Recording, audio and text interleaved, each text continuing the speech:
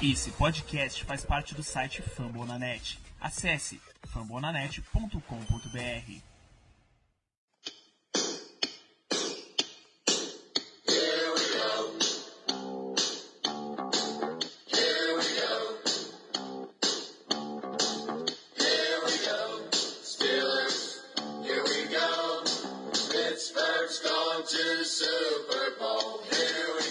Muito bem, pessoal. Estamos aqui de volta para poder gravar essa edição de número 99 do Black Yellow Brasil Podcast. Esse podcast dedicado ao Pittsburgh Steelers aqui no Brasil, em parceria com o site fambonanet.com.br. Meu nome é Ricardo e eu serei o host do programa de hoje. E comigo tem ele que vem sendo uma grande revelação da temporada devido às suas frequentes pistolagens das últimas semanas. Você, caro ouvinte, que fica falando sozinho, se empolgando diante da voz desse grande rapaz, ele comigo, Germano Coutinho, boa noite para você. Boa noite, Ricardo. Boa noite, ouvintes. Primeiramente, eu queria agradecer a belíssima introdução. Você ganhar elogio do chefe não é todo dia. Eu não sei se foi no programa passado que a gente falou que torcer para os Steelers era igual a andar de montanha-russa, mas é justamente isso. E no momento, infelizmente, a gente está na parte baixa da aventura, né? A gente está numa situação que vimos de 3 derrotas consecutivas, então a situação não está nada boa. Mas enfim, vamos embora comentar esse desastre que aconteceu lá na Califórnia. Eu não sei se você lembra, Germano, a gente, antes do jogo contra o Denver Broncos, estávamos falando sobre a sequência de jogos no nosso QG e estava se questionando qual seria o trap game. Seria aquele jogo que seria a cara dos Steelers perder. Eu não via derrota de maneira alguma contra o Broncos, eu não via derrota de maneira alguma contra o Chargers. Eu vi a derrota de certeza contra o Raiders por tudo que a temporada vinha se desenhando pra gente. E, felizmente, o resultado não foi diferente. O Big Ben vai terminar a carreira vitoriosa dele, tendo essa marca de nunca ter vencido em Oakland. São 4 jogos, 4 derrotas, jogando na Califórnia. Obviamente, vocês sabem, o Raiders já está em processo de se mudar para Las Vegas. Provavelmente Big Ben não vai jogar o suficiente. O Oakland já está se falando que 2019 não vai estar mais na cidade natal. Então, é aceitar o que simplesmente aconteceu, podemos dizer. O Steelers já começou daquele jeito que vinha nas partidas anteriores. O Raiders começou on fire, anotando um touchdown na sua primeira campanha, caminhou extremamente fácil pelo campo, por 8 jogadas, 74 jardas, uma campanha de pouco mais de 4 minutos. O Steelers não teve reação alguma para poder marcar o Jared Cook, né? O DeForest, Morgan Burnett, Terrell Edmonds, enfim. É mais um tie-end que a gente sofre nessa temporada. E logo em seguida no ataque, a gente começa com aquele 3 and out, não 3 and out categórico, mas foram só 6 jogadas, apenas 20 jardas em pouco mais de 3 minutos, com aquele início de jogo que a gente já sente a merda subindo quando tem aquele reverse com Darius Leonard completamente sem noção alguma. O Steelers já sem o James Conner tentando empurrar o jogo terrestre, mas dessa maneira, de fato, não foi a melhor alternativa. O Steelers já perde jardas com isso e compromete toda a campanha. E, Germano, sobre esse início do jogo, a gente sabe que o Steelers no início da temporada sofreu bastante nesses inícios de partidas e no meio da temporada conseguiu meio que virar isso, conseguiu começar bem, mas nos últimos jogos, contra o Chargers, uma exceção que o time teve um apagão no segundo tempo, mas nessas derrotas que ficaram mais marcantes, contra o Broncos, contra o Raiders,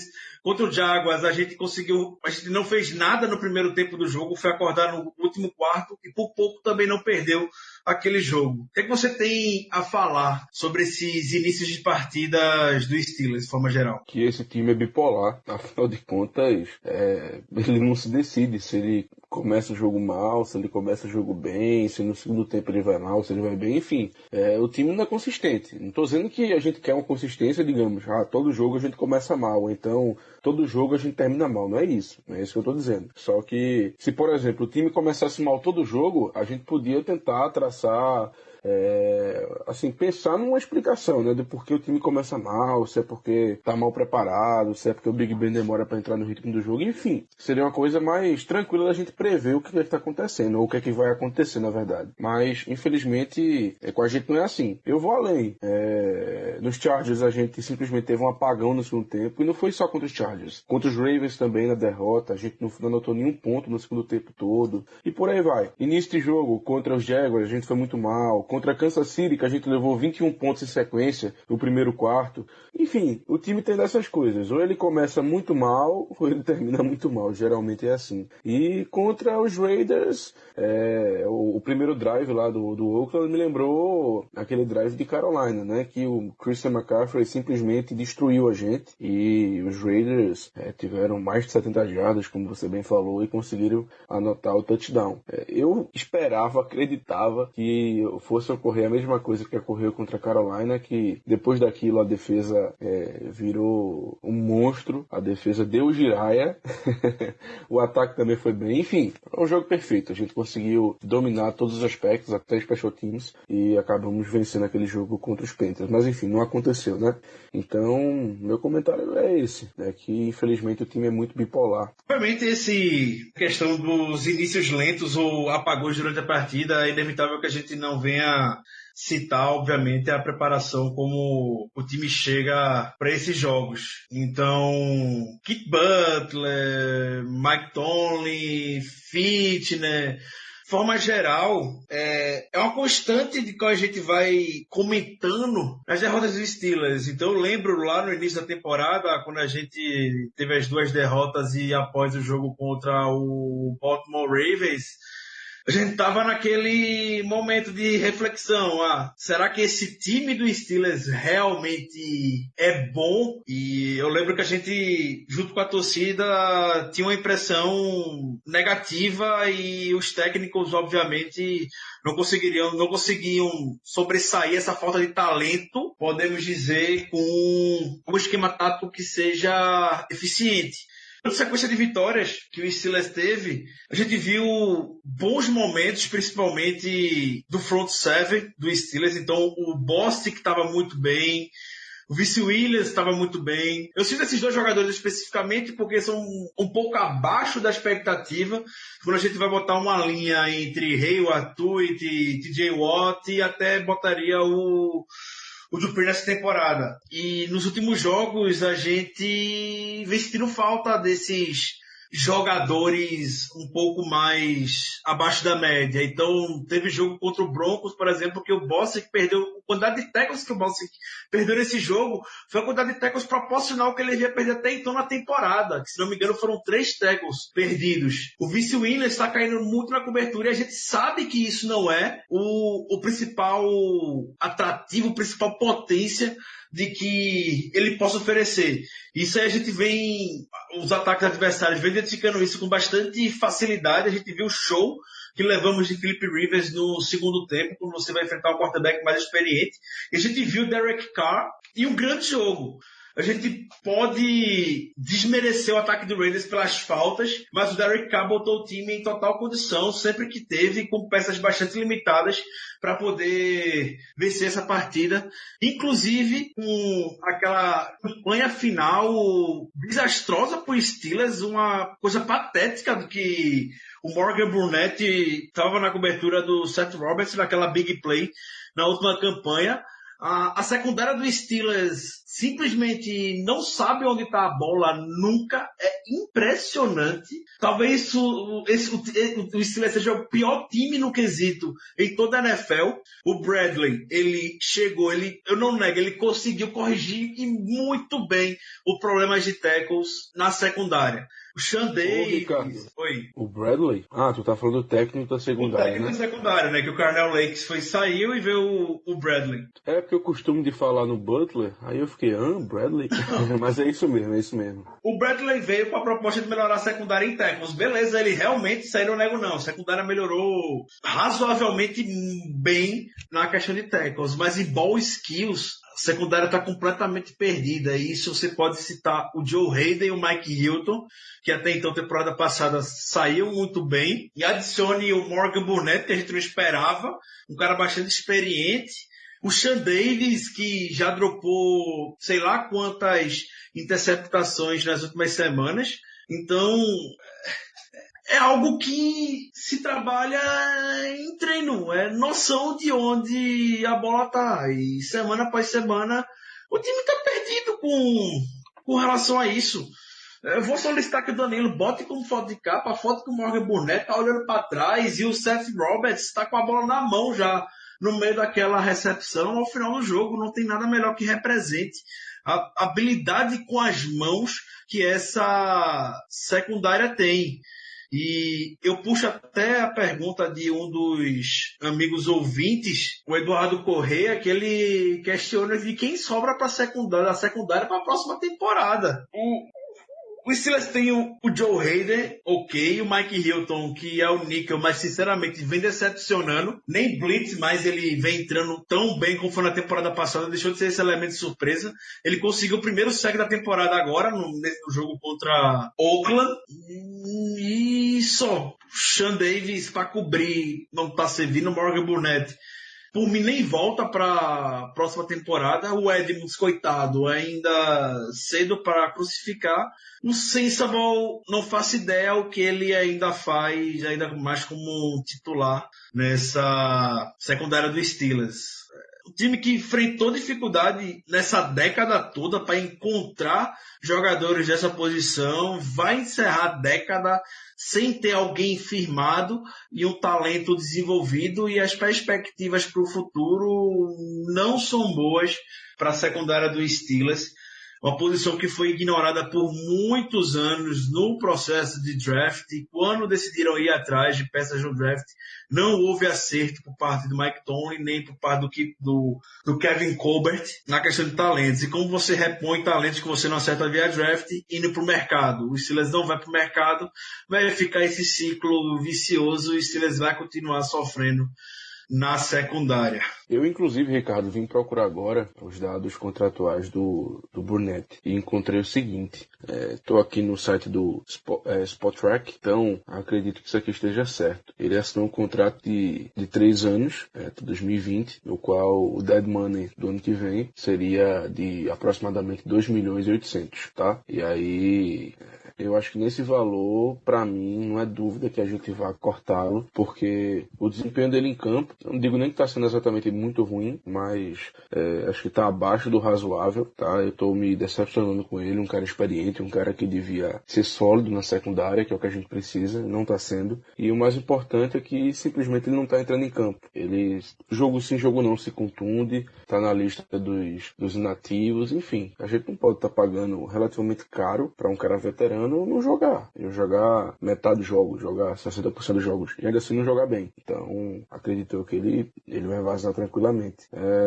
Outro nome, Artie Burns, eu não vou nem dizer nada, né? Eu acho que vai ser uma das raras vezes que a gente corta uma escolha de primeira rodada antes do contrato de calouro dele acabar. Ou seja, ele vai sair daqui antes que isso ocorra. E, meu amigo, o resto é complicado. É mais fácil, na verdade, pra gente dizer quem são os jogadores que a gente gostaria que continuassem. Aqueles caras que a gente fala, pô, isso aqui a gente pode manter porque tem futuro. E assim, pensando por esse lado, eu não acredito que a situação esteja tão crítica assim, porque, poxa, se a gente só parar pra pensar, a gente tem o Joe Hayden, que é um cornerback muito bom, entre os melhores da liga, eu não tenho dúvida disso. A gente tem o Mike Hilton, que pra mim é um ótimo slot, ele pode não estar tão efetivo nessa temporada, mas pra pra mim ainda assim continua um bom jogador. E a nossa dupla de safeties que simplesmente são novos. O Sean Davis, se eu não me engano, tá no 3º ano e tem se desenvolvido cada vez mais. Mudou agora pra free safety nesse ano e tem feito um bom trabalho, na minha opinião. E o Terrell Edmonds, que é a nossa escolha de primeira rodada, né? Que tá crescendo, que tá melhorando jogo após jogo. E não digo que tá superando minhas expectativas, não, mas com certeza eu tô olhando com outros olhos e melhores olhos agora pra ele. Enfim, fica aí respondida a pergunta,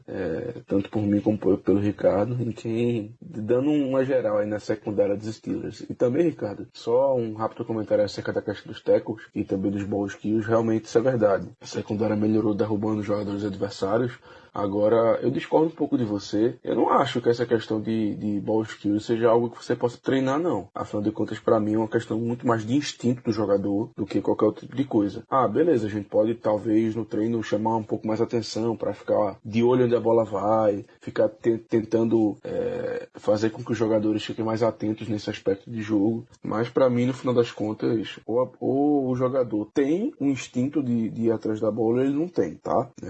Essa temporada tá sendo sofrível nesse ponto. A gente tem apenas 6 interceptações até agora na temporada. Estamos a caminho de quebrar uma marca histórica do menor número de interceptações em uma temporada pelos Steelers. Esse número é 8, e se não me engano foi da década de 40 ou algo do gênero. Então a gente tem uma chance muito boa de quebrar, infelizmente, esse recorde negativo. Afinal de contas, os últimos jogos têm sido, como eu falei, sofríveis nessa questão. É como você falou, Ricardo, parece que os jogadores simplesmente não conseguem agarrar uma bola. Nesse jogo, teve a do Hilton, que ele podia ter interceptado. Teve a do Sean Davis, que o Derek Carr deu um passo totalmente aleatório. Na frente do Sean Davis, ele pula, a bola bate na mão dele e vai pro espaço. É complicado. Isso para não falar dos jogos anteriores, né, que a gente sabe muito bem o que aconteceu. Enfim, fica aí meu comentário acerca da secundária. Só para fechar essa segunda secundária, para vocês terem noção de como o Derek Carr queimou a unidade. Ele, quando procurou lançar bolas contra ela, foi 11 de 14, 149 jardas e um touchdown, um rating de 134,8. Os 3 passes incompletos que ele teve, um foi porque peraí. Foi quantas jardas no total? 149. Ele quando procurou a secundária, não foi em cima de marcação de linebacker ou algo do tipo. Ah, beleza. Foi contra a secundária especificamente. Os 3 passes incompletos que ele teve, uma foi porque o wide receiver errou a rota, a outra foi porque o wide receiver escorregou, e o único passe defletido foi aquele no final do jogo do Morgan Burnett no Jared Cook. Pronto. Foi essa. Até que se for ver as estatísticas do jogo, o único passe defletido da secundária em si foi o do Morgan Burnett, uma. Teve o TJ Watt e o Tweet que bloquearam passes na linha de scrimmage e só. Então o Tony já vem falando sobre essa questão de interceptações, turnovers, há algumas semanas, até agora não deu jeito. Eu, sinceramente, tentaria jogar o que os americanos chamam de um spark, uma faísca. Eu arriscaria bota o Cam Sutton, bota o Dangerfield, bota até o Brian Allen, o Birds não, mas bota até o Brian Allen nessa unidade para ver se tem efeito, porque pior do que, tá, principalmente com o Sensible, eu tenho plena certeza que não vai ficar. Eu concordo, ainda mais na questão de você tentar mudar alguma coisa. Poxa, a gente tem o Brian Allen, que com certeza é um cara muito raw, é um cara que talvez não esteja tão preparado assim. Afinal de contas, se eu não me engano, ele era wide receiver na faculdade, né? Correto. Então, assim, mas enfim, tem o Cam Sutton aí, que teve muita hype na época do draft. Poxa, tenta alguma coisa, porque e olha que eu não boto nem muita culpa no Sensible, porque coitado, ele tá ali porque simplesmente tem que ter alguém. Não é culpa dele. Não é que o Sensible não é um cara que a gente escolheu na primeira rodada, feito o Burns. Não é um cara que, sei lá, a gente botava muita fé, como era o Sutton. Não é. Ele é um pobre coitado que tá ali, meio que tapando um buraco. E pra ser muito sincero, Ricardo, da secundária eu não reclamo dele, não. Beleza, ele talvez seja o elo mais fraco e tal, mas vamos ser sinceros. Nos últimos 3 jogos, que foram as 3 derrotas, tu lembra de algum lance específico que você fala, poxa, o Sensible errou muito nessa aqui, foi muito queimado. Tu lembra de algum? Eu lembro contra o Broncos, ele no suporte de jogo corrido que não foi bem. Não. Eu tô sendo queimado em passe mesmo. Cabeça eu não vou me recordar, não. Pronto, assim, eu vou ser também sincero, eu também não lembro. Se tiver, foi um, enfim. É um cara que, assim, claro, ele é o elo mais fraco, mas pra ser muito honesto, a gente brinca muito, especialmente eu e Danilo, enfim, com isso, mas pra ser muito honesto, ele não é um cara que tá comprometendo, não. Na verdade, é a unidade inteira que tá sendo comprometida. A unidade inteira. O Terrell Edmonds acaba não conseguindo marcar o tight end, e também não é culpa dele, o Burnett também não consegue, enfim. A gente tem vários problemas na secundária que não são apenas relacionados ao seu sabor. O seu sabor tá ali, tá se esforçando. Não seja um bode expiatório também, não. Justamente. Acho que precisa ter ter uma faísca nessa unidade. Eu lembro muito bem no jogo contra o Bengals, temporada passada, na lesão do Chazier, que o Sensible tava levando um baile do AJ Green. Um baile. A gente lembra, o Bengals abriu uma grande vantagem, aquele Monday Night Football e tudo mais, e não tinha reação para ele. O Tony sacou o Sensible, botou o Case Sutton, conseguiu dar conta do AJ Green em todo o segundo tempo.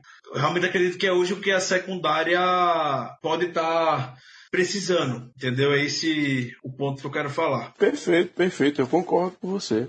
Só queria deixar claro pro pessoal que tá ouvindo que talvez, para que eles não achem que é uma perseguição nossa com o Sensible, ou então que o Sensible é o pior jogador do mundo, não é isso.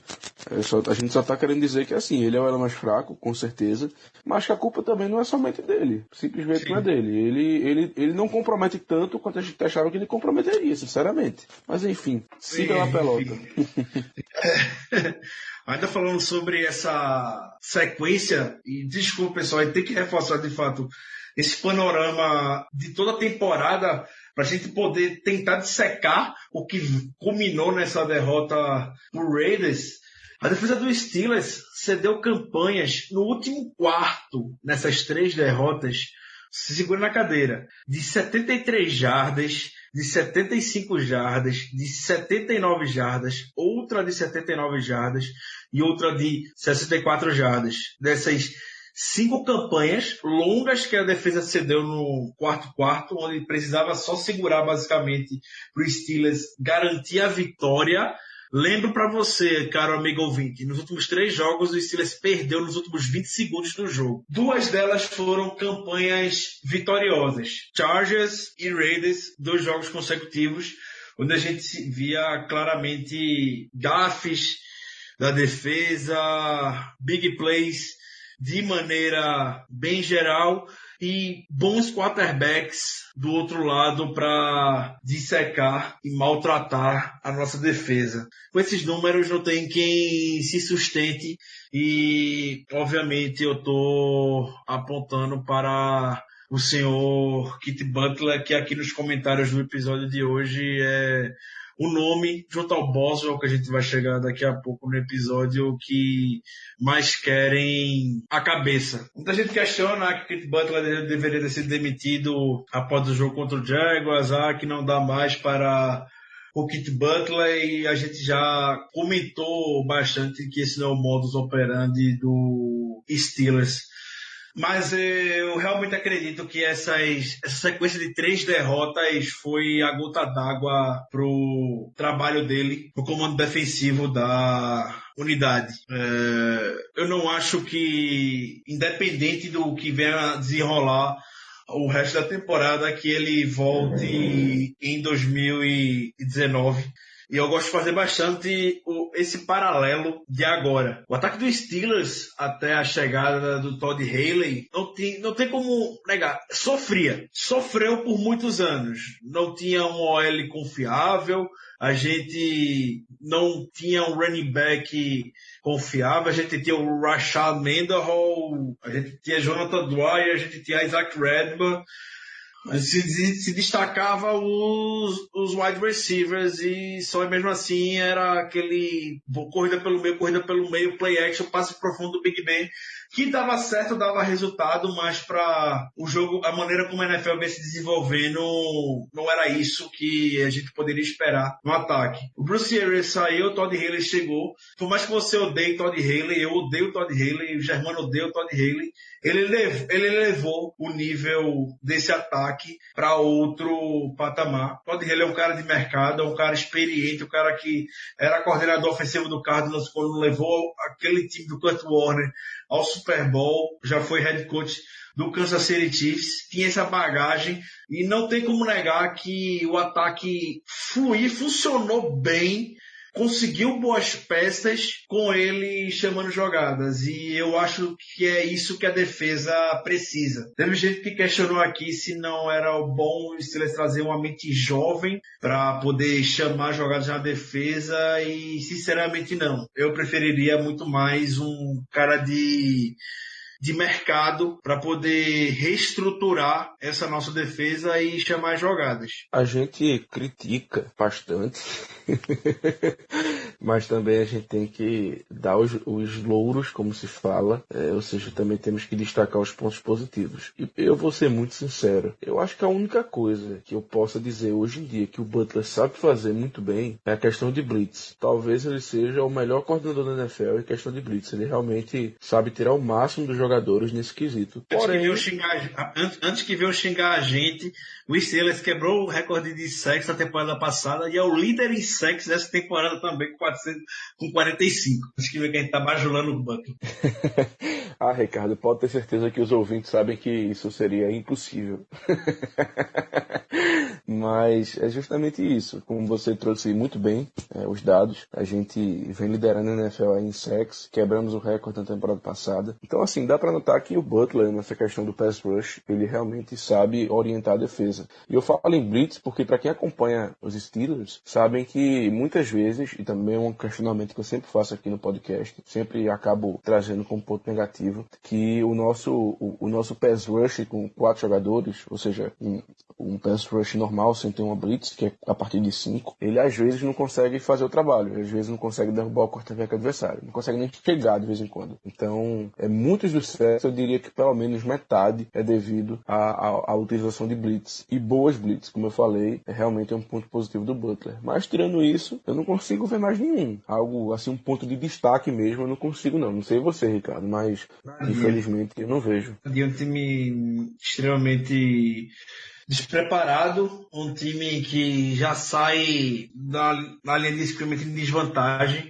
já tem alguém sempre livre, porque não é possível que deixa eu ver quantos dropbacks o Carr teve. O Carr teve 34. Não é possível que dos 34 dropbacks que o Derek Carr tenha tido no domingo, o tempo médio dele para lançar a bola foi de 2,19 segundos. Só 3 vezes ele segurou a bola mais do que 3 segundos. Isso ele já faz a leitura assim que a defesa está postada, já sabe que vai ser o wide receiver principal e já vai lançar a bola para ele. Não vai ter pass rush que chegue rapidamente com um cara que vai ter uma média de pouco mais de 2 segundos para lançar a bola. Não tem. A partir do momento que essa nossa variável é anulada, lascou. E semana passada contra o Chargers, o pessoal, ao final do jogo, os jogadores do Chargers, o Philip Rivers, falou que a defesa do Steelers estava bastante previsível. E é isso que realmente acontece. Isso é comando técnico. O Tony não vai pagar por isso. Quem vai pagar vai ser o coordenador, vai ser o Butler. Então, isso é só a ponta do iceberg de que por que o Steelers não deve trazer o Kit Butler para 2019 e procurar de fato alguém no mercado. Com relação à defesa, Germano, você tem algo mais a considerar ou podemos ir para o ataque? Tenho, Ricardo, tenho. Quanto à defesa, eu queria destacar, não exatamente positivamente, mas destacar um fato que, assim, é corriqueiro, é rotineiro, não é especificamente culpa do Butler, até porque antes mesmo dele isso acontecer, e acontecia bastante, que é o quão ruim nós somos contra tight ends. É impressionante. Impressionante. No primeiro tempo, era ridículo. O Carr jogava a bola pro alto na direção do Cook e ele recebia a bola. A gente simplesmente não tinha resposta. Começou com o Alger Forte na marcação, depois veio o Burnett, depois veio o Edmonds, enfim, ficou uma rotação e ninguém tinha resposta pro Jared Cook. Que beleza, é um cara que é muito atlético, é um cara que provoca mismatch e tal, mas não é possível que você não tenha uma resposta para isso. Não foi apenas nesse jogo que aconteceu, não foi uma coisa nova que a defesa nunca viu. Toda vez quando a gente enfrenta um tight end, digamos assim, um pouco acima da média, um cara que seja mais ativo na questão de receber passes, um cara mais atlético, a defesa simplesmente parece que desaprende a jogar futebol. É isso que acontece. O nosso coordenador defensivo, seja o Keith Butler, seja o Dick LeBeau, seja quem for, eles não sabem fazer, eles não sabem utilizar de um esquema que anule isso aí. A gente apanha do Cook, a gente apanha do Eifert, a gente apanha do Gronk, inclusive vem jogo contra o Gronk, né, no domingo, então se preparem. Mas enfim, a gente vive apanhando de tight end, então fica aí meu destaque negativo quanto a isso, porque é ano após ano e isso parece que não muda. A gente apanha do Derek Carey, a gente apanha do Lee Smith, e toda semana é um novo tight end que vai se destacar, e já se vai se preparando que no domingo vai ter o Hollister lá pelo lado do Patriots para poder entrar nessa seleta lista de tight ends que o Steelers consagrou. Mas agora, como você bem falou, Germano, já é de anos que a equipe vem enfrentando esse problema. Obviamente a comissão técnica tem culpa por falta de esforço. No domingo eu diria que em cima do Cook não foi porque o Butler uma hora botou o Ed Ford, depois botou o Burnett, botou o Edmonds, botou o Seisman, botou qualquer pessoa ali e tudo entrava. O Jared Cook de 10 bolas em direção a ele, 7 ele recebeu, sendo que uma bola o Burnett desviou, a outra ele dropou a bola sozinho. Enfim, a gente tem diversos problemas na defesa, de forma geral. Esse é claramente o mais gritante. Ô, Ricardo, eu geralmente quando vou me preparar para fazer podcast, eu faço uma listinha, né? Meu caderno tá aqui na minha frente, todo anotado, de pontos positivos, pontos negativos, enfim, o que eu achei do jogo.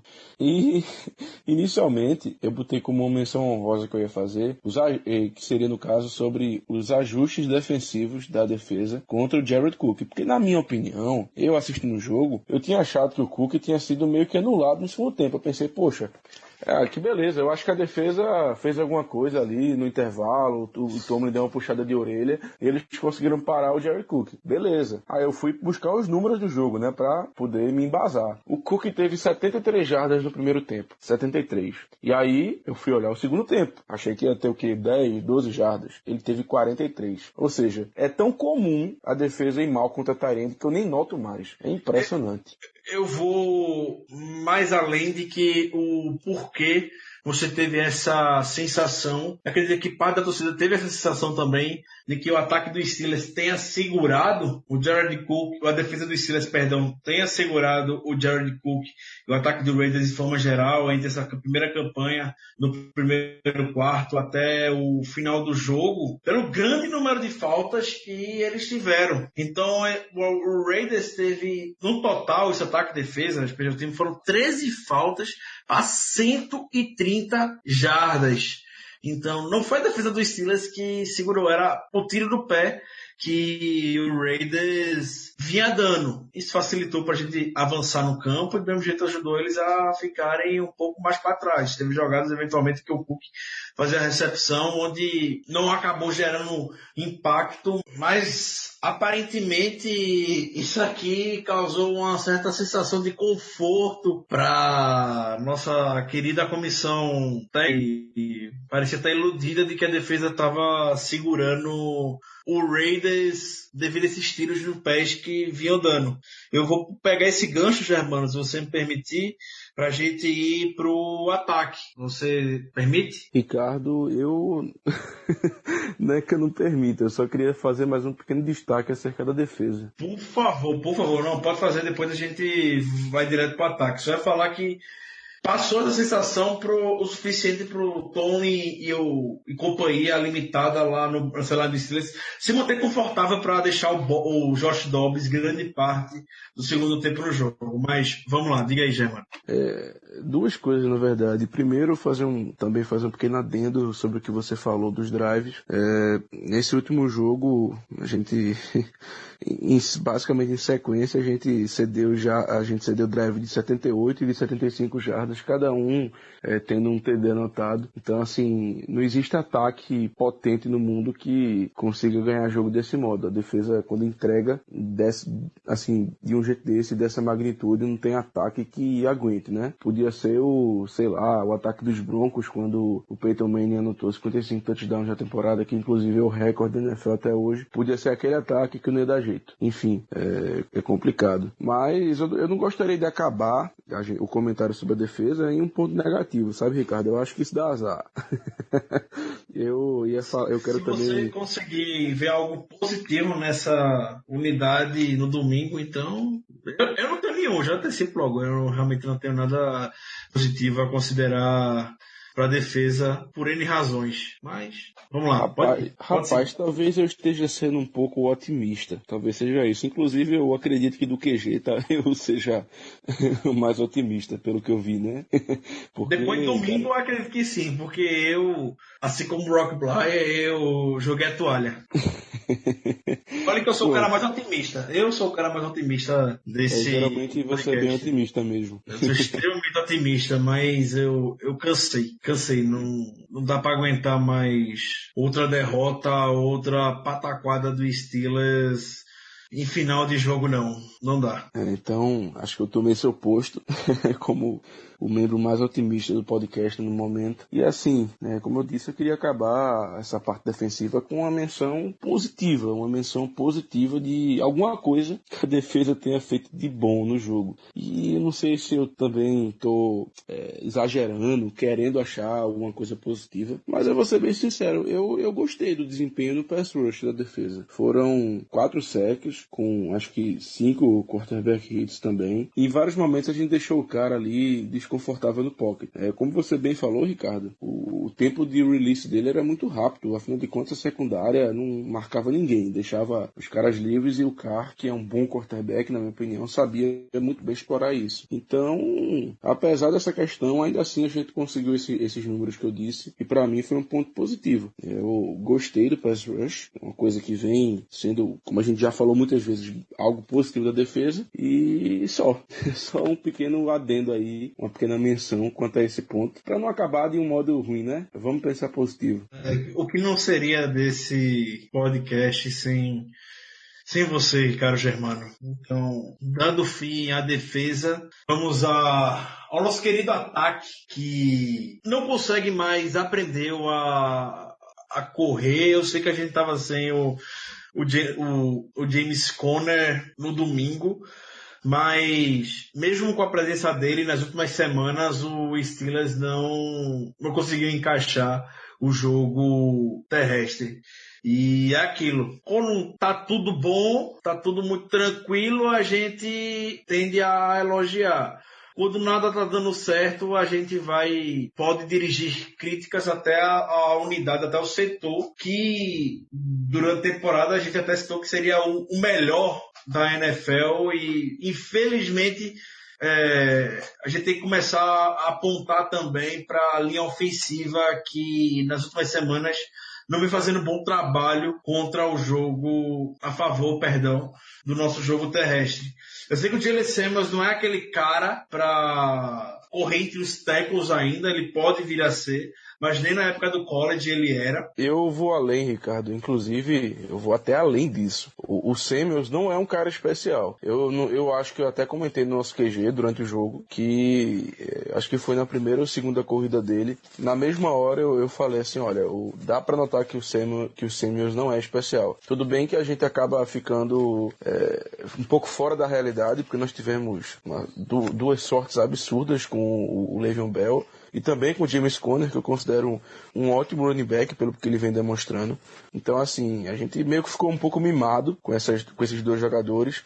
E quando a gente volta à realidade de ter um running back normal, não estou dizendo que o Samuel seja ruim não, mas ter um running back normal a gente realmente nota uma diferença. Então, A linha ofensiva, tudo bem que não ajudou tanto, enfim, talvez o estilo de corrida não tenha sido o melhor para o playstyle dele, mas também, para mim, ficou muito claro que ele é um jogador apenas normal. Sim. E que por isso a gente acaba, querendo ou não, infelizmente, comparando ele a um parâmetro que ele nunca vai alcançar, na minha opinião. Não, eu não quero nem estabelecer esse paralelo entre o Jalen Samuels e o nível do James Conner. Não vou nem falar do Bell, mas nem no nível do Conner. Eu quero realmente focar no trabalho da linha ofensiva. Pode ser por chamadas até do próprio fit, né? O Big Ben meio que entregou nas últimas semanas também que o Mike Munchak, ele funciona como um coordenador, entre aspas, de jogo terrestre. O Mike Munchak chama algumas chamadas de jogo terrestre.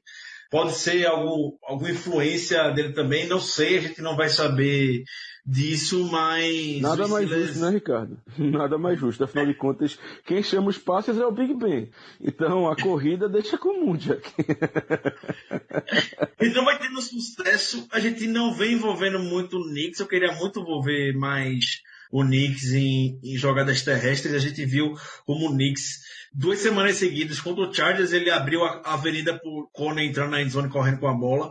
A gente viu no domingo ele abrindo a avenida pro Ridley correr também pra endzone com a bola sem ser tocado basicamente. E no meio do campo, quando a gente pode precisar dele, a gente não tá tendo muito sucesso, podemos dizer, com ele na formação, porque ele não vem sendo envolvido. Ainda na OL, eu também diria que a proteção em cima do Big Ben nesse jogo contra o Raiders não foi boa. O pass rush do Raiders é horrível e teve momentos que o Big Ben não teve muito tempo no pocket para pensar. Sem o Maurice Hurst, o defensive line do Raiders, e sem o Bruce Irvin, que já saiu algumas semanas de Oakland, o Raiders tinha exatamente o total de sacks que os jogadores da defesa que estavam em campo no domingo eram 3. E mesmo assim a OL ainda veio a ceder sack, que por consequência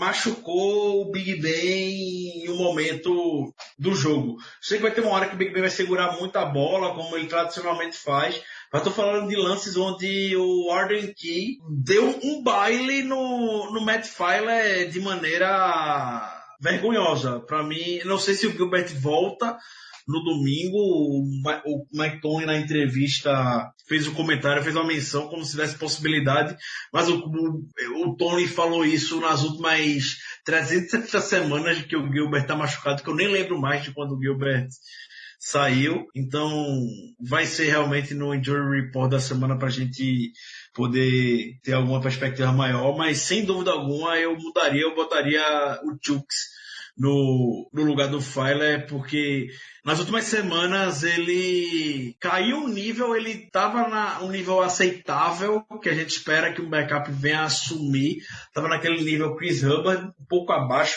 porém teve jogadas que você lembra facilmente que ele foi batido e acaba gerando uma pressão natural em cima do Big Ben. Então, o próprio Pouncey reconheceu que a OL está fazendo besteira, palavrão, e que todos precisam se olhar no espelho para poder fazer um trabalho melhor. O desempenho da OL nesse jogo realmente foi um pouco diferente. A gente sempre vem citando a nossa linha ofensiva dentre os pontos positivos, porque afinal de contas ela veio de 2 dificílimos confrontos, né? Contra o pass rush dos Broncos e depois contra o pass rush dos Chargers. E nos 2 jogos eu creio que ela foi bem. Agora, realmente, nesse jogo contra os Raiders, ela não teve um desempenho feito a gente estar acostumado. Eu não diria exatamente que ela foi mal no jogo, que a unidade foi mal. Ela apenas não ficou no nível que a gente espera dela, que é um nível, pelo histórico que a gente tem, é um nível muito alto. Nossa linha ofensiva é uma das melhores da NFL, então a gente espera bastante deles. É uma das unidades mais caras em toda a NFL. A linha ofensiva de Steelers ocupa 1/3. Preciso confirmar essa informação, mas ocupa 1/3. Ou é um quinto, perdão, não 1/3. Ocupa 1/5 do cap da equipe.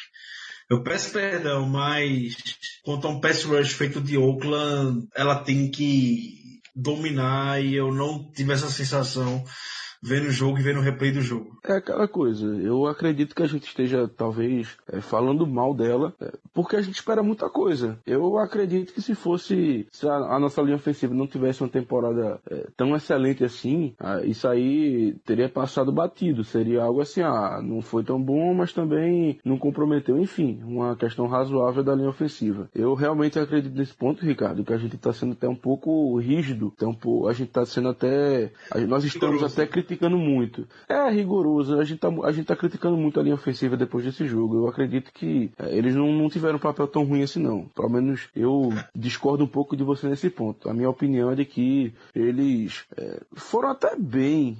Tudo bem que o pass rush dos Raiders não é tão bom. Eles têm 10 sacks no jogo, 11 depois do sack no Big Ben. Então eu vi que, na minha opinião, a linha ofensiva teve um papel bom. Especialmente depois que o Big Ben voltou, que aí eu tenho certeza que eles não deixaram ninguém nem chegar perto do nosso quarterback.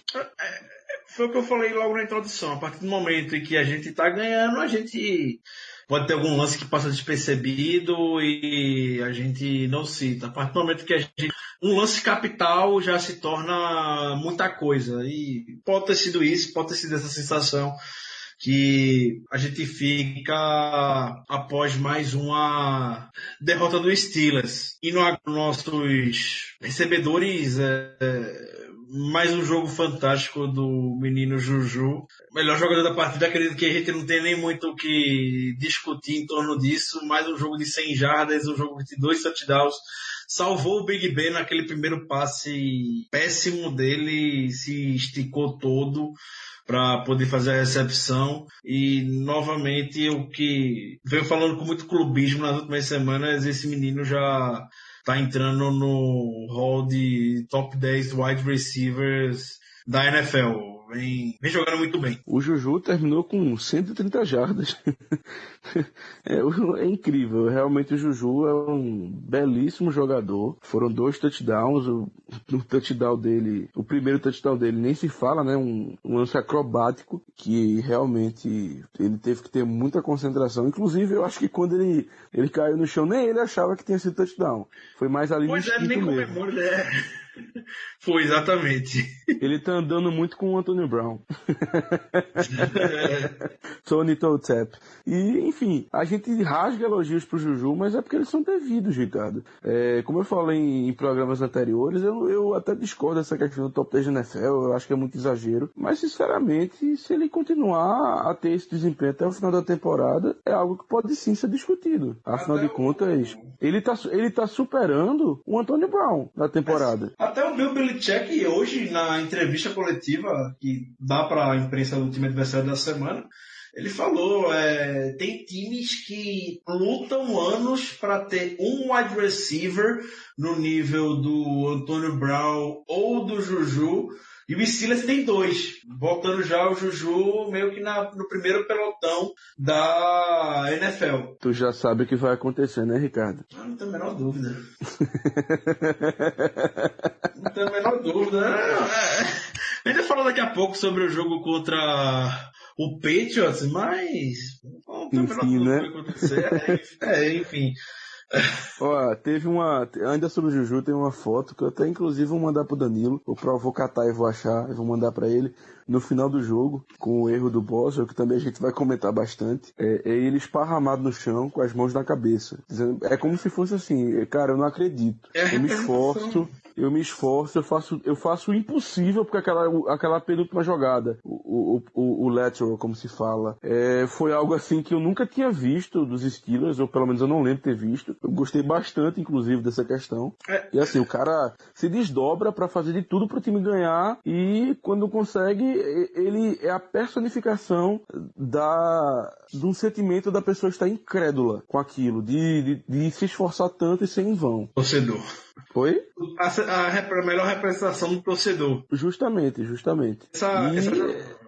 E dá até pena, de verdade, dá até pena, porque o Juju talvez seja o MVP da temporada até agora. A gente costuma fazer essas questões no final da temporada, mas até agora o Juju, acredito eu que não tenha dúvida alguma de que é MVP. Sim, também não tenho muita dúvida em torno disso. Foi sobre só para citar essa jogada, esse sei lá, até esse passo para trás que o James Washington deu pro Juju correr, botar os Steelers em condições de empatar o jogo. O Big Ben comentou que o Steelers sempre treina essa jogada nas atividades. É uma jogada que o Tomlin sempre quer botar o pessoal para treinar, porque nunca se sabe quando vai precisar dela.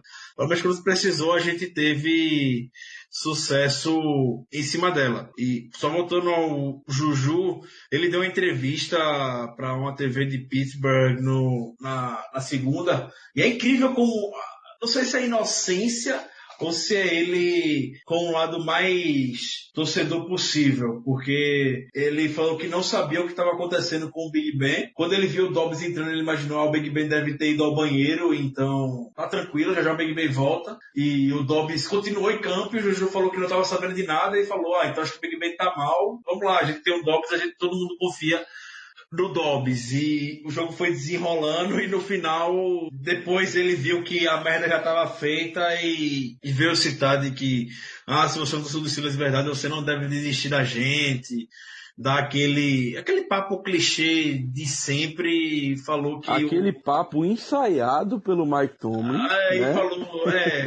falou que o nosso vestiário tá mais unido do que nunca, e é quando todos vocês duvidam da gente que vamos responder à altura para vocês. Não deixem de confiar em nós. Aquele papo clichê inocente do menino de 22 anos que foi educado na escola, você falou. Mike Tomlin, entrevista. Aquele negócio, aquela tática, né? O Steelers precisa que alguém vá na mídia, um jogador que a torcida gosta, um jogador querido, para poder tentar recuperar a torcida para marcar presença no domingo, porque sabe, vai receber um New England Patriots que historicamente vence o Steelers 11 em cada 10 jogos. Você não está ouvindo errado. Vence sempre. Com diversos problemas que esse time está enfrentando nas últimas semanas. A expectativa da torcida vai estar lá embaixo. Se fosse torcedor, um ticket holder do Steelers, eu não vou me esforçar muito para ver um time desse que nos últimos jogos em casa só vem me proporcionando mais dor de cabeça do que alegria. Então o Steelers vai lá, manda o Juju, vai pra televisão, Juju, fala, chama essa torcida pro estádio, porque se for depender da gente em si, estamos fodidos no domingo para contagiar e dar uma faísca, né? Porque a perspectiva não é boa realmente pro jogo. Ainda num ataque, a gente for citar a participação do Big Ben no jogo boa. O Big Ben teve 25 de 29, eu realmente não esperava esse número. Eu fui perceber quando fui analisar os estádios do jogo pouco antes de começar. Tá quase 300 jardas e 2 touchdowns, nenhuma interceptação. Quando joga fora de casa é um bom marco isso.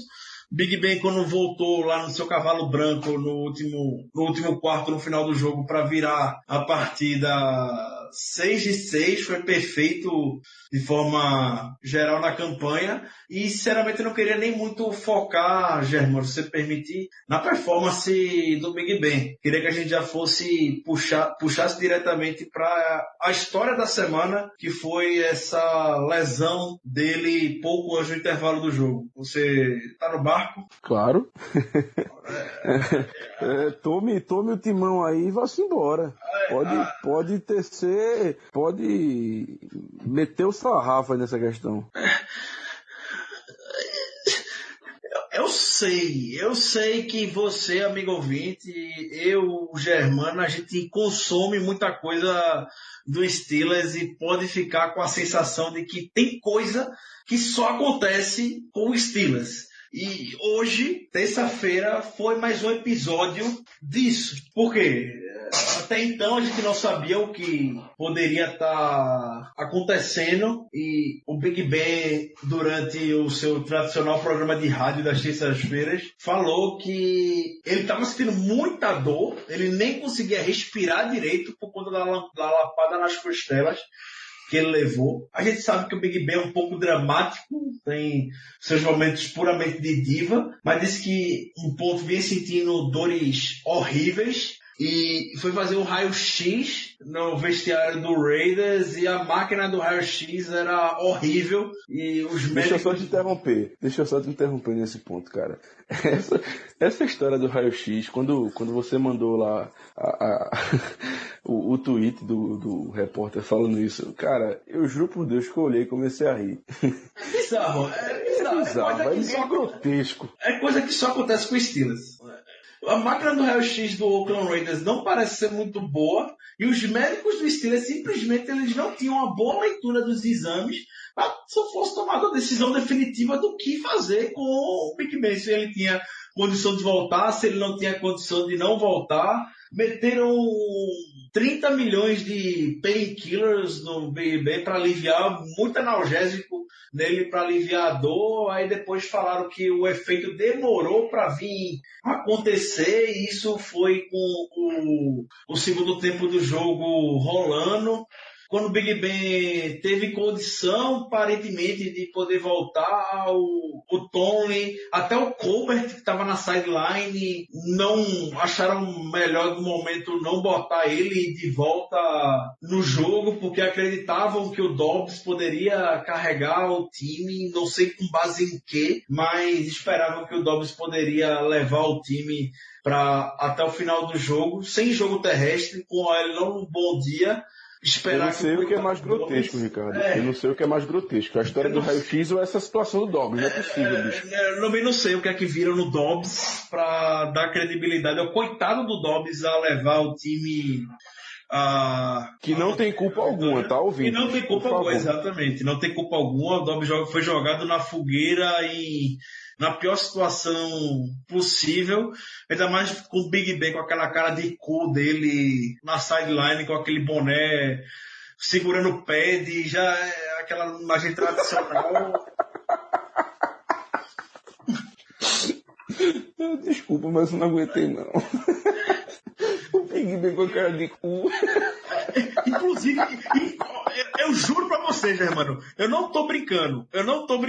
Eu vou mandar essa imagem no WhatsApp, você vai botar testemunha. Ele tá falando isso às 22 horas e 3 minutos. Veja a imagem, acabou de aparecer na timeline. Eu juro, acabou de aparecer. Eu vou até tirar do mudo pra ter minha reação sincera. Deixa eu ver aqui, tá baixando. Acabou de aparecer na timeline do Twitter.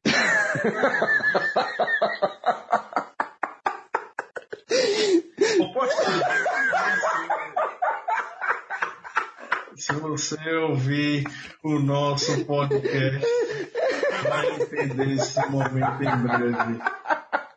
Vou postar no Twitter pro pessoal ver que eu não tô mentindo.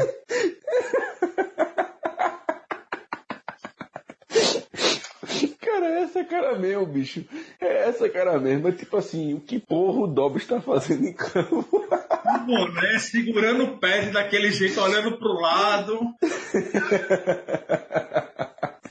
Ai, 10 horas da noite numa terça-feira e eu tô rindo por causa desse time, meu amigo. Ai. Enfim, continua, Ricardo, vai. São situações como essa que a gente tá falando que torcer pelos Steelers, como o Germano fala, é uma montanha-russa. O Tomlin hoje, na coletiva dele, comentou a mesma coisa do Big Ben. Eu, sinceramente, ontem eu poderia estar ainda na overreaction, mas eu estava esperando hoje que seria um divisor de águas da era Mike Tomlin no Steelers, porque eu estava esperando realmente que Big Ben, no programa de rádio dele, fosse esculachar o Tomlin, soltar aquela indireta que ia expor o Tomlin para todo mundo, como a mídia americana fala, jogar embaixo do ônibus, throw under the bus, como o Big Ben fazia rotineiramente com o Todd Haley, e eu fiquei bastante positivamente surpreendido de que o Big Ben em nenhum momento questionou a decisão do Tomlin. Até o Josh Harris, ex-jogador do Steelers, bastante ativo no Twitter, ele comentou no domingo, após o jogo, de que quem imagina que Tomlin tem mais moral do que Big Ben no Steelers tá errado, basicamente. O Big Ben tem mais moral que o Tomlin, tem mais moral que qualquer pessoa ali. Big Ben só falta ter o Rooney no sobrenome para mandar lá em Pittsburgh. E se o Big Ben quisesse voltar, ele teria voltado e não tinha Tomlin nem Colbert na sideline para poder segurar ele. O Big Ben aparentemente consentiu muito bem com a decisão que foi tomada. Novamente, envolveu o Colbert também, de que seria melhor para o Big Ben se manter na sideline, porque, relembrando, os Steelers não sabiam o que havia acontecido com o Big Ben devido a máquina do raio-x não está apresentando um bom exame, um bom resultado de exame. Então não valeria a pena arriscar o Roethlisberger no jogo, e acabou gerando de que quando a merda estava feita, chamaram ele, o Big Ben vai chegar mais sorrindo quando tem que salvar o time no seu cavalo branco, com seu chapéu, com sua capa, e lá virar o jogo e depois sofrer a virada. Foi uma sucessão de coisas bizarras que aconteceram na sideline dos Steelers que não poderia combinar um resultado diferente do que a derrota. E a gente ia gravar o podcast ontem, segunda-feira, como tradicionalmente viemos gravando esse ano. A gente decidiu mudar para gravação na terça só para acompanhar o que é que sairia na coletiva do Tom e na entrevista do Big Ben. E eu fiquei negativamente surpreendido, podemos dizer. Eu esperava que a gente passaria aqui o programa todo falando sobre o que o Big Ben falaria, e a gente só está dedicando uma parte porque ambos contornaram muito bem a situação. Por mais que a gente saiba, o Germano, você vai dessa mesma situação, acredito eu, que a gente foi enrolado, né? Que eles planaram uma saída pela tangente muito boa. Igual o Leão da Montanha. Saída pela esquerda. Até o Mark Madden, que é um dos caras mais polêmicos de Pittsburgh, eles falaram: Big Ben, Mike Tomlin e Kevin Colbert encontraram o melhor culpado de tudo, uma máquina de raio-x, porque máquina de raio-x não fala nada. Justamente. Poderiam chegar e culpar, a culpa foi do Boss, não, vou culpar a máquina do raio-x, melhor que ele não vai vir a semana na imprensa e falar mais besteira, vamos encerrar isso por aqui, independente do que aconteceu, a gente já perdeu, nada vai aumentar, nada vai trazer o resultado de volta e vamos seguir em frente. Chega a ser impressionante. Assim, a gente falou que era grotesco, enfim, vários adjetivos assim. Mas é isso mesmo, caros ouvintes. A gente fica até sem palavras para comentar esse tipo de coisa, porque é ridículo você botar a culpa da derrota numa máquina de raio-x. É ridículo. Ninguém de sã consciência acredita num negócio desse. A questão de dizer, eu não quis botar o Big Ben antes em campo porque eu estava preocupado com a saúde dele. Poxa, isso aí é um motivo mais do que justificável. Se o Tomlin tivesse, desde o começo, dito isso e explicado que foi apenas por isso, que talvez tenha sido cometido um erro, mas que a intenção era preservar a saúde do Big Ben, tal, eu tenho certeza, Ricardo, que todo mundo entenderia. Claro, todos iam ficar chateados com a derrota, mas a gente entender, realmente, a saúde dele é mais importante, tem o resto da temporada, tem playoffs, não sei o que, enfim. Mas você vinha em público e dizer que a culpa foi de uma máquina de raio-x, meu amigo, é demais, sinceramente. Logo depois do jogo, da gente comentando essas questões do QG, eu fui voto vencido no sentido de que eu realmente entendi o porquê o Tomlin havia deixado o Big Ben de fora. Porque eu pensava que seria para preservar a saúde dele. Mas ontem, hoje, enfim, surgiram tweets novos, surgiram notícias novas dizendo que o Big Ben podia muito bem ter entrado antes e não entrou. Porque até por uma própria resposta do Mike Tomlin, que quando perguntaram a ele sobre isso, ele falou, eu tava gostando do jeito que o jogo tava caminhando. Sendo que isso era o Dobbs em campo, que, de novo, deixando bem claro, não tem culpa alguma, e que o Dobbs em campo não estava conseguindo fazer basicamente nada.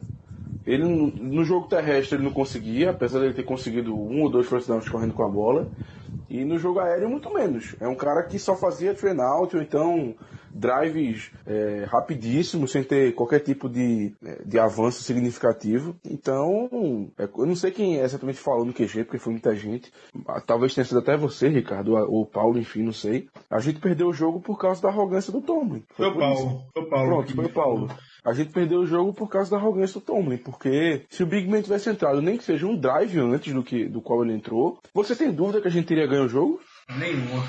Cara, o Big Ben, como a gente nem se alongou muito, mas ele teve mais de 80% de acerto nos passes.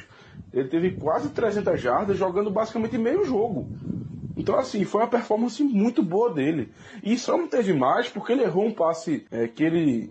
Não digo nem que ele não costuma errar, porque infelizmente tá sendo até rotineiro isso. Ele errou um passe em profundidade pro Juju, que era touchdown, se ele tivesse acertado. O Juju tava livre. Mas enfim, ele teve uma partida muito boa e a gente acabou perdendo porque o Tomlin, não digo nem que quis preservar o Big Ben, na verdade. Ele simplesmente não quis botar... Ele achou que a defesa, incrivelmente, achou que a defesa ia segurar o jogo. Não sei como ele pensou isso, mas ele achou que a defesa ia segurar e que o Joshua Dobbs, capitão three and out, ia conseguir de algum modo ganhar a porra do jogo. Não faz sentido.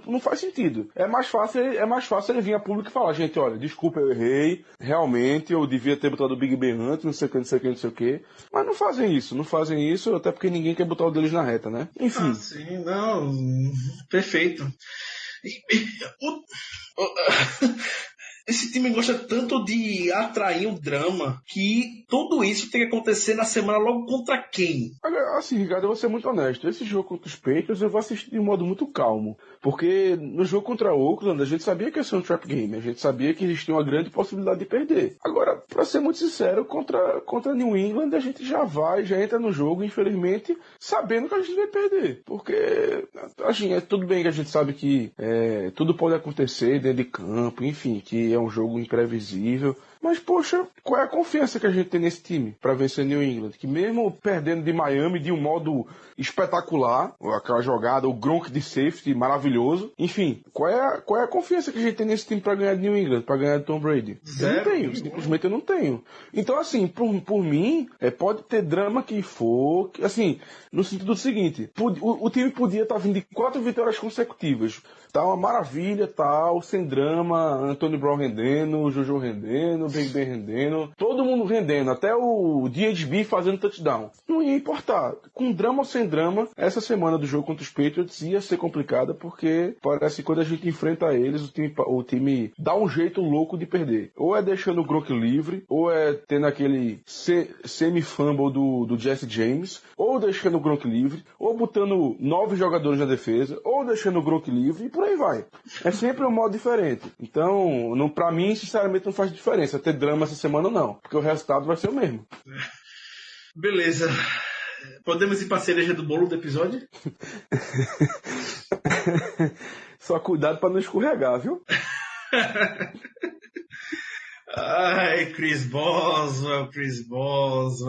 Ai. Mais uma semana que a gente tem que vir aqui pra falar do Boswell, que não tem condição. Acabou a paciência com o Boswell. A gente já perdeu o cálculo quantos jogos a gente poderia ter ganho, botar um se muito grande, se o Boswell tivesse acertado tal chute, se o Boswell tivesse feito aquilo, se o Boswell tivesse feito isso. Cabeça de kicker é que nem cabeça de goleiro. Quando tá bem, a confiança tá lá em cima, o cara é perfeito. Quando o cara erra um chute, meu amigo, perde a confiança, puta que pariu, fudeu. Eu ainda tô chocado como a gente tá terça-feira, 48 horas após o jogo, e o Boswell continua sendo o kicker do Steelers. O Mike Tomlin disse que o time deve trazer Eu não sei como é que tu tá surpreso, Ricardo, porque o dead money dele é alto, cara. Sim. Essa é a questão. Sim, mas provavelmente você custa jogos, eu não tô nem aí pra dead money, sinceramente. Eu não tô nem aí pra dead money. O Boswell tá custando jogos, o Boswell pode estar custando a temporada do Steelers. Pode ser o bode expiatório que vai ser a temporada e sairia, sinceramente, com muita razão. O Boswell a gente pode não ligar tanto, Ricardo, mas eu tenho certeza que o Colbert liga, afinal de contas é o trabalho dele, né? O trabalho dele também é botar o time em condição de vencer jogo. E o Boswell não dá condição para o time vencer jogo. Eu realmente, nessa parte de dead money, eu cortaria. O pessoal de Pittsburgh até disse, inventa dar alguma rasteira, inventa que o Boswell se machucou nesse escorregão dele, inventa pra NFL pra botar esse cara no injury reserve e botar um tratamento psicológico e libera ele na próxima temporada pra voltar pro time e bota alguém novo nessas próximas semanas. inventa algo só para manter ele e evitar esse dead money. Mas eu cortaria. A paciência acabou. O Steelers, de forma geral, é paciente. Eu sou paciente, o Germano é paciente. Parte da torcida, vocês ouvintes, são pacientes. Mas... O Caio não é paciente. O Caio não é. O Caio, desde a temporada passada, já vinha pedindo a cabeça do Boswell. Eu não crucifico o Colbert pelo contrato dado ao Boswell, porque ele fez o suficiente, ele fez o merecido para mim, para receber o contrato. Boswell ganhou muitos jogos pra gente, o Boswell botou a gente em condição de vencer diversas partidas na temporada passada, não é à toa que ele foi eleito pro Pro Bowl, mas a partir do momento que tá acontecendo isso esse ano, meu amigo, já era, não tem para onde correr. É o kicker que mais errou extra points, é o kicker que mais perdeu field goals. Não é aquele chute, né, feito do Bears, o Corey Parker, que teve um jogo com 4 field goals na trave. São field goals do tipo bizarros que ele chuta. O field goal que ele perdeu, é porque assim, o field goal que ele escorregou, eu não boto nem a culpa nele, sinceramente, eu não boto. É uma questão de campo, é questão de chuteiro, enfim. Claro que quando o cara não acerta o field goal ele tem uma parcela de culpa, mas eu não vou reclamar tanto do chute do final do jogo, não. Mas o field goal que ele errou no começo foi ridículo, eu não sei nem de quantas jardas foi, mas a bola foi assim, ela teve uma trajetória totalmente oposta ao caminho das traves. Foi de verdade ridículo. Ele não pode estar errando. Até o próprio extra point que ele acertou, ele foi com emoção. A gente achou que ele tinha errado. Sim. Cara, assim, Ricardo, eu entendo que o Kevin Colbert não vá cortá-lo pela questão do dead money, é apenas por isso. Não estou dizendo nem que eu concorde. Eu estou dizendo apenas que eu entendo a razão do Colbert, o modo de pensamento dele. Só que é como eu até concordo com você. E olha que você sabe que eu adoro o Boswell, que eu gosto muito dele e tal. Mas não dá, cara, não dá. O Boswell tem perdido jogos pra gente. E não é um jogo, eu falei no plural. Não é um jogo, são jogos. A gente tem... Eu falei até no início do programa, os últimos 3 jogos que o Steelers perdeu, os 3 foram decididos nos últimos 20 segundos do jogo. Ou seja, placares apertados que um field goal fez completamente a diferença. Justamente, se o Boswell, na verdade, tivesse acertado o field goal no começo do jogo, a gente estaria chutando pra vitória. Entendeu? Então, assim, beleza, ele errou, ele escorregou, ok. Mas era outra situação. Com certeza ele não estaria tão pressionado quanto esteve nesse chute. Sim. E assim, a gente consegue perder o jogo de uma maneira que a gente nunca imaginaria. Que a gente nunca imaginava. Porque, porra, o cara escorregou, Ricardo. Que ridículo, bicho. Não, é ridículo, velho. Eu esperava que no mínimo saísse um chute, pô. Errou, beleza. Quer dizer, beleza não, mas fazer o quê? Meu irmão, nem consegui chutar a bola, o cara conseguiu direito. Velho, sinceramente não dá. Foi até o Paulo que apontou depois do jogo, nosso QG, ele falando que o Boswell, quando entrou em campo, já tava com cara de medo, o bicho já tava se cagando todo e era a última sensação que ele passava na temporada passada pra gente isso. Sempre foi muito confiante e não é à toa que o Boswell, ele foi eleito capitão do time, os companheiros votaram nele para ser capitão do time esse ano. Tem jogador histórico dos Steelers que passa 30 anos lá e não ganha esse título. O Boswell, em poucos anos, conseguiu o respeito de todo mundo, porque sabe que ele fez o suficiente na temporada passada para conquistar isso. Foi puro mérito dele. Se o Juju tá sendo o MVP até agora, o Boswell tá sendo o LVP, o Least Valuable Player. Porque de uma temporada para outra, ele é o jogador que mais caiu de rendimento. Com certeza, não tenho a menor dúvida disso. Foi uma pergunta bastante de vocês. O Ernesto, ele perguntou se acabou a paciência com o Boswell. Acabou a paciência sim com o Boswell. O Mike Tomlin já disse que vai trazer kicker novo para fazer teste, mas sinceramente é um papo só para botar pressão. Porque o Mike Tomlin até no final disse, a gente vai testar vários jogadores essa semana, inclusive o Boswell. Quando ele fala isso, inclusive o Boswell, eu esqueço, eu não vou cortar o Boswell. Por mais que devam cortar ele. Agora, se a gente perder o jogo contra New England, porque o Boswell errar field goal, cara, sem brincadeira nenhuma, ele não volta nem pro vestiário. Isso é fato. Nem ele, nem Mike Tomlin, nem Kevin Colbert deveriam voltar. Não, tô brincando. Não é hashtag Move to Vegas, não, pessoal. É hashtag acabou a paz, por enquanto. Exatamente. Então, o Luizito Soares também, porque o Boswell não é mandado embora. O Germano falou, tem esse dead money. Realmente, realmente é o lógico, é a parte racional. A parte emocional a gente quer o Boswell mandado embora, mas o racional, eu tô com o Germano. Realmente, infelizmente faz sentido não cortar ele devido ao dead money. Infelizmente, é com muita dor que a gente diz isso.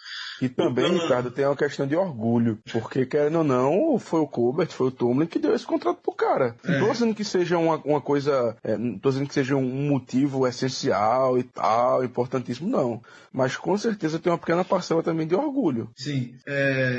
O João Vitor, o Boswell já pode ligar o sinal de alerta.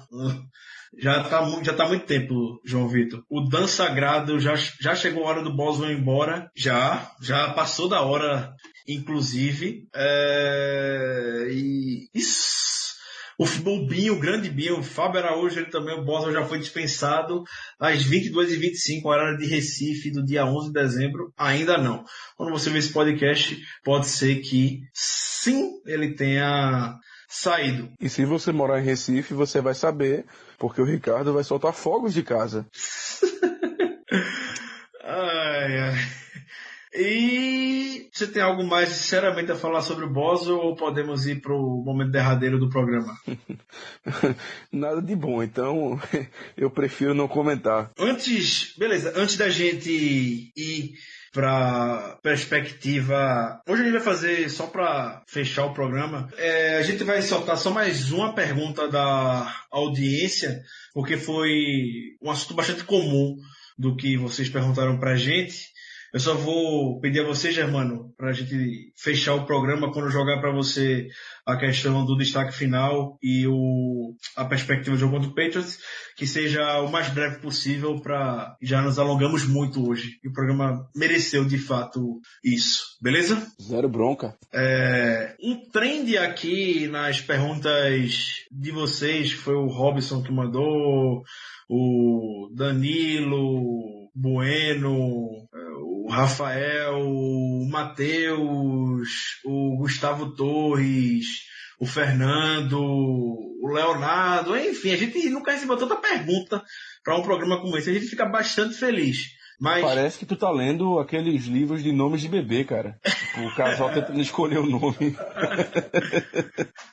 E vem perguntando, de forma geral, se a gente ainda mantém a confiança no Kevin Colbert. Eu lembro a você, Kevin Colbert foi promovido a vice-presidente dos Steelers há 2 anos atrás. Sem ter o sobrenome Rooney. Sem ter o sobrenome Rooney. Um feito gigantesco. Se a gente confia no Kevin Colbert e na comissão técnica liderada pelo Mike Tomlin. E aí, Germano, por favor. Sim, confio. O Colbert já se provou mais que capaz de ocupar essa posição no time. É um cara que vem desempenhando seu papel muito bem, na minha opinião, sem maiores problemas e percalços. O Mike Tomlin também. As pessoas às vezes esquecem que o Tomlin, desde que chegou, nunca teve uma temporada abaixo de ponto 500, ou seja, nunca teve uma temporada negativa aqui nos Steelers, coisa que poucos técnicos podem dizer também, podem se gabar desse feito. Então, eu entendo que existem alguns erros, que erros são cometidos, que o Tomlin, principalmente o Tomlin, é muito questionado, mas eu mantenho a opinião de que eu confio ainda bastante no trabalho dos dois. Quanto ao Colbert, eu confio, acho que quase que cegamente, acredito eu que ele não vá, que ele faz um belíssimo trabalho, realmente eu acredito nisso. E quanto ao Tomlin, eu também gosto do trabalho dele. E assim, também tem aquele fato, né? Eu não vejo quem é que a gente possa trazer que vai ser melhor que ele. Para mim não existe nome melhor no mercado. Então, também por 2 razões. Por confiar e por não ver uma perspectiva melhor no mercado, eu continuarei assim com o trabalho dele. Eu vou no mesmo barco que você. Eu diria que o domingo após o jogo, eu entrei um pouco nessa hype não do Fire Tomlin, mas eu vou começar a questionar um pouco mais. Eu acho que existe um overreaction muito grande em cima disso. Obviamente, é natural que a torcida fique frustrada e eu acho que apontar para o técnico sempre vai ser o mais fácil, seria o elo mais fraco. Não quer dizer que o Tony não mereça nenhum questionamento de que ele seja um Dell. Obviamente o Tony tem um problema muito grande de desenvolvimento e avaliação de talento. Isso aí a gente tem que parcelar sempre com o Colbert. Colbert tem seus acertos, Colbert tem seus erros, o Tony tem seus acertos, o Tony tem seus erros. Como você falou, Germano, muita gente sempre desmereceu o Tony por ele ter essa campanha, porque ele teve um grande time dirigindo nessa década e por isso ele tem sucessivas campanhas positivas. Mas não é possível que nesse time sucedido que as pessoas criticam o Tony apontam, ele não tenha 1% de crédito em cima. Procuram desmerecer todo esse trabalho que o Tony faz. Procuram sempre apontar muito para o Tony na questão de drama que o Steelers tem. Essa questão de drama é muito ligada porque você, eu, Germano, todo mundo consome produto do Steelers. A gente vive de Steelers, basicamente, na NFL. Tudo que acontece com o Steelers pra gente é uma proporção muito grande porque a gente olha sempre isso. E o pessoal também esquece de que, incrivelmente, você pode ficar chocado, mas só tem 2 times na NFL desde quando o Tony entrou em 2007, assumiu o Steelers, que possui campanha positiva contra times de campanha positiva na NFL. O Pittsburgh Steelers e o New England Patriots. Eu também não acho que isso seja um mero acaso de só porque a gente tem um bom time que a gente ganha esses jogos. A quantidade de técnicos por aí pela NFL que podem ser classificados como bons e não tem essa perspectiva. Agora, se a gente for pegar o recorde contra times abaixo de .500... Exatamente, sim. Não merece crítica, a gente não passa pano para isso não. Merece crítica, merece tudo que o time não chega de fato preparado para esse jogo. Até porque, Ricardo, a gente pode, assim, da vida, a gente só pode realmente esperar 2 coisas. A morte e os Steelers perderem para um time abaixo de 50% da temporada. É jogando fora de casa. Jogando fora de casa, justamente. É incrível. Então, eu tenho um voto de confiança tanto no Tony quanto no Colbert. Acredito que eles vão conseguir reverter essa diversidade. Essa temporada, infelizmente, para mim, já está fadada ao fracasso. Eu não tenho boa perspectiva, obviamente. Mas também não ficaria surpreso se o Steelers do nada virasse a chave e engatasse uma sequência de vitórias. Outra questão do Steelers também, isso aí acredito que quase ninguém tem noção, mas nos últimos 3 anos o Steelers só não venceu mais jogo de playoff do que o Patriots, incrivelmente. Se acreditar ou não. Então muita gente questiona, mas o Steelers não venceu nos playoffs nos últimos anos. Pode ter vencido de AJ McCarron, de Matt Moore e de Alex Smith lá em Kansas. Mas, como falam, a vitória é uma vitória. Do mesmo jeito que procuram desmerecer porque perderam para Tim Tebow e o Broncos.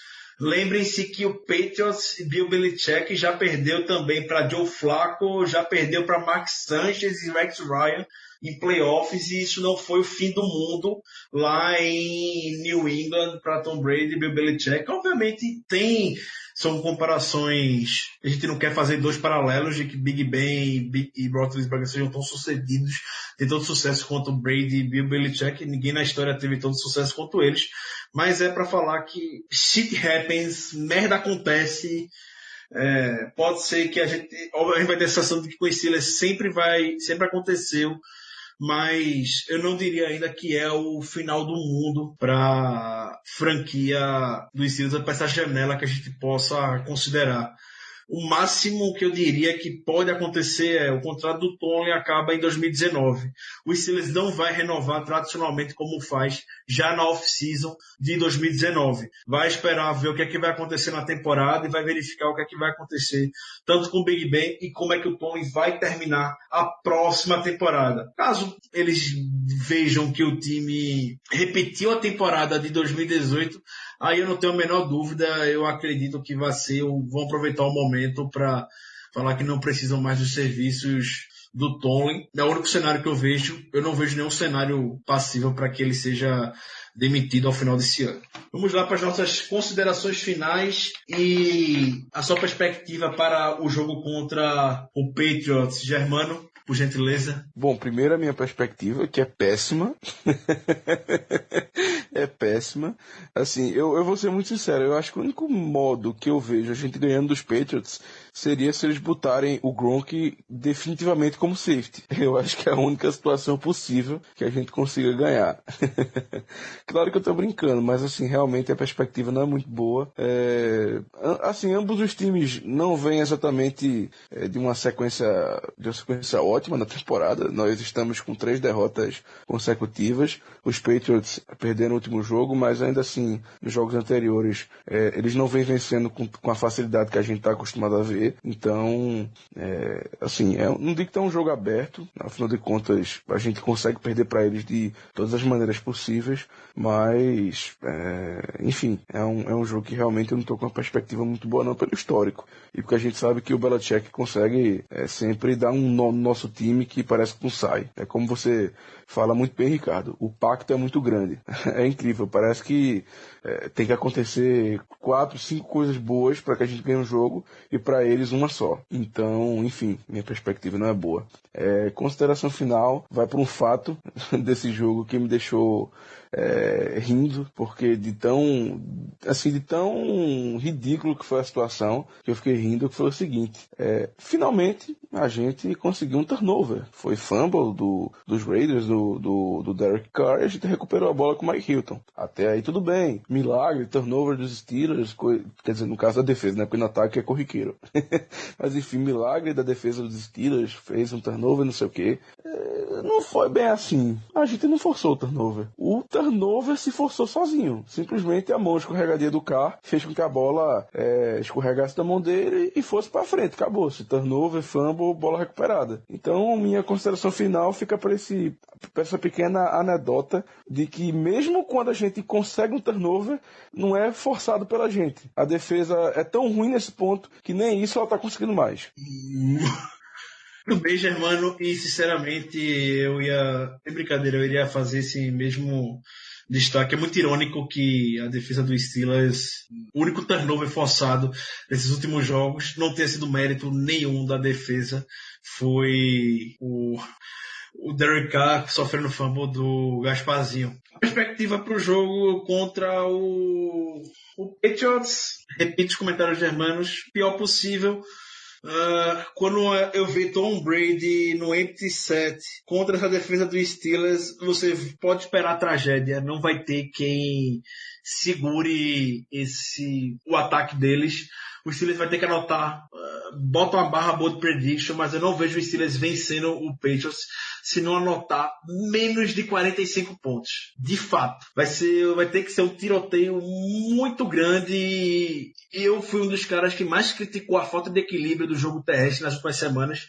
No domingo, eu ligo foda-se se James Conner não estiver jogando, foda-se Jalen Samuels, foda-se Steven Ridley, joga todo mundo aberto, bota Big Ben 70 vezes no shotgun, se quiser ter uma chance para vencer essa partida contra o Patriots. Não adianta querer forçar o jogo corrido para a gente, situação, ficar já em 2ª-8, 2ª-7. É tudo que o Patriots vai querer pra gente. Se quiser jogar, envolver o Jalen Samuels, faz que nem check down, como foi no domingo. O Samuels teve 7 recepções para 64 jardas mostra que sabe quebrar tackle, sabe jogar bem no open field. Deixa ele jogando nessa situação confortável para ele, que talvez ele consiga render bastante para nós dessa maneira. Agora, rapaz, se e somente se a gente ganhar esse jogo, segura o empolgou, viu? Segura o empolgou. Segura, eu não vou ligar não. Eu não vou ligar. Eu vou, porque eu vou lavar a alma, cara. Não, mas vai lavar a temporada a gente ganha com isso. Rapaz, eu acho que talvez, tirando as vitórias do Super Bowl, seja o momento que eu fiquei mais feliz com os Steelers da minha vida. E tirando, claro, a pique do Dupree, né? Que pra mim foi o ápice máximo e, enfim. vamos entrar em detalhes, né, Germano? Porque você pela internet... É melhor não. O Germano pela internet tem alguns momentos no passado que não é melhor a gente recuperar. Foi isso aí, pessoal. Isso foi mais uma edição do nosso Black Yellow Brasil Podcast, edição de número 99. Eu convido todos vocês a acompanharem a edição de número 100.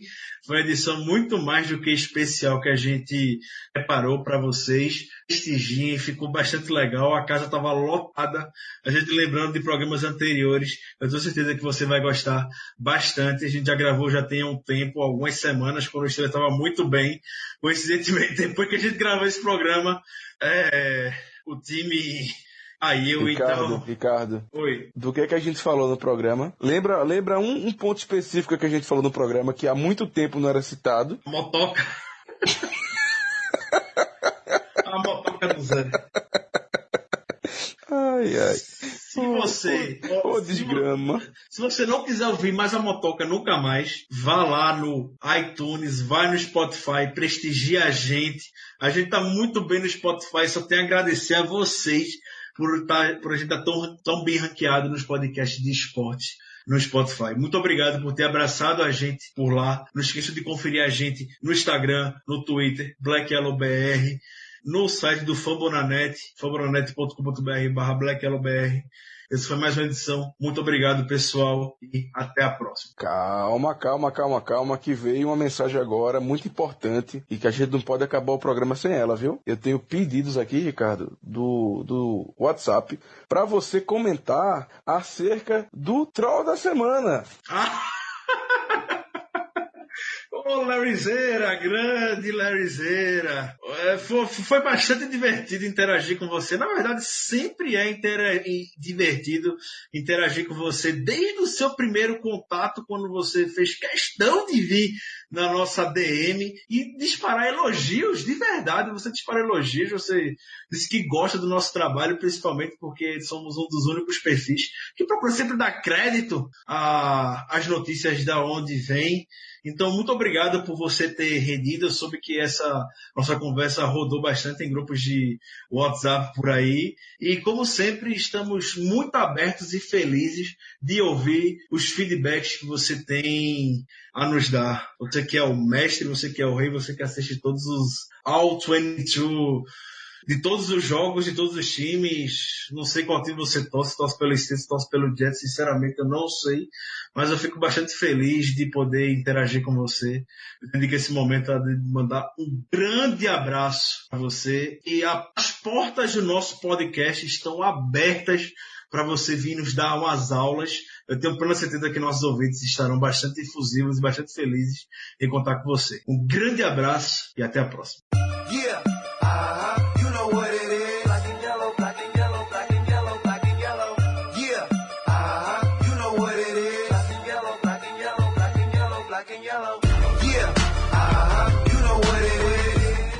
It can get lonely climbing Mount McKinley, so to entertain myself, I go to ChumbaCasino.com. At Chumba Casino, I can play hundreds of online casino-style games for free, like online slots, bingo, Slingo, and more. Plus, I get a daily login bonus. It's just too bad that up here, I don't have anyone to share my excitement with. Woohoo! Woohoo! Live the Chumba life. Anytime, anywhere. Play for free now at ChumbaCasino.com. VGW Group. No purchase necessary. Void where prohibited by law. See terms and conditions. 18+.